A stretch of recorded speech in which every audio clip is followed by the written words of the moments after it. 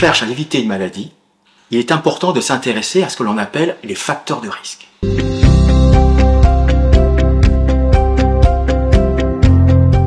Les facteurs de risque, il y en a beaucoup.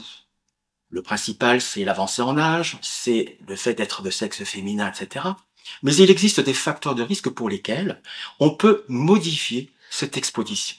C'est ce qu'on appelle les facteurs de risque modifiables.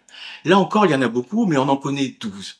12 dont on connaît très bien le mécanisme et pour lesquels on a des actions qui permettent justement de réduire, voire de gommer leurs effets.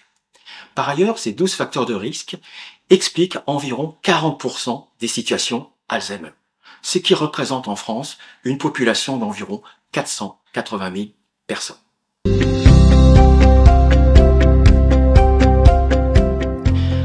Parmi ces facteurs de risque modifiables, 2 sont particuliers parce qu'ils nécessitent une approche collective.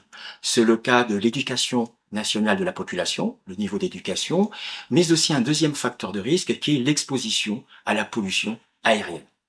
Pour les 10 autres, il existe des conseils, des habitudes de vie que l'on peut modifier, mais également des actions allant du médico-social au sanitaire, permettant justement de réduire, voire de gommer leurs effets. Vous voyez, la maladie d'Alzheimer n'est pas une fatalité. Changeons nos habitudes.